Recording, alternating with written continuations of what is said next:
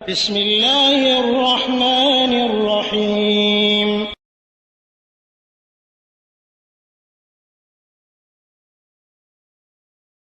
ওয়ালাইকুম আসসালাম রহমতুল্লাহ বরকাতুহ। বোন, আপনি জানতে চেয়েছেন 136 এই লাস্ট নাম্বারে যে যদি নামাজে দাঁড়ানো অবস্থায় নন মাহরাম প্রবেশ করে ফেলে তাহলে কি আমি নামাজ ছেড়ে দেব? নামাজ ছাড়া প্রয়োজন নাই যদি নামাজের যে পর্দা রয়েছে সে পর্দা অবলম্বন করে নামাজ পড়া হয়। আর নামাজের জন্য তো সারা শরীর আবৃত করা লাগে, তো এই হিসেবে সারা শরীর আবৃত থাকলে নন মাহরাম আসলেও নামাজ পড়াতে কোনো অসুবিধা হবে না। নামাজের অবস্থায় মুখ খুলে রাখার নিয়ম এবং হাতের কবজি খুলে রাখার নিয়ম, তো এটা ঢেকে দিতে হবে। এতটুকু ঢেকে দিলে নামাজ পড়া অসুবিধা নেই, ইনশাআল্লাহ আপনি নামাজ পড়তে পারেন।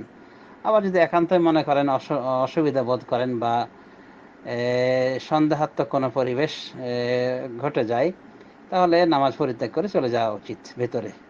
তাছাড়া নর্মাল অবস্থায় নামাজ পড়াতে অসুবিধা নেই যদি পর্দা পূর্ণরূপে বজায় করা থাকে, পরিপূর্ণভাবে পর্দা অবলম্বন করা থাকে। যেমন নামাজের অবস্থায় তো একটি বড় চাদর রাখা উচিত, আর না হলে ওই ঢিলা ঢালা জামা, কোনোভাবে সারা শরীর আবৃত থাকবে, একমাত্র চেহারা এবং হাতের কবজি খোলা থাকবে। তো নন মাহরাম আসলে হাতের কবজি চেহারাও ঢেকে দিলে অসুবিধা হবে না, নামাজের কোনো সমস্যা হবে না ইনশাআল্লাহ। অতএব বেগানা বা নন মাহরাম আসলেও নামাজে বহাল থাকাতে কোনো অসুবিধা নেই ইনশাআল্লাহ। তবে বলেছি যে যদি কোনো সন্দেহাত্মক পরিবেশের সৃষ্টি হয় তাহলে সে কথা ভিন্ন, নামাজ ছেড়ে দেওয়া যায়। এক কথায় এভাবে নামাজ পড়তে অসুবিধা হবে না ইনশাআল্লাহ। এবার নামাজ শর্টকাটে পরিণত হবে।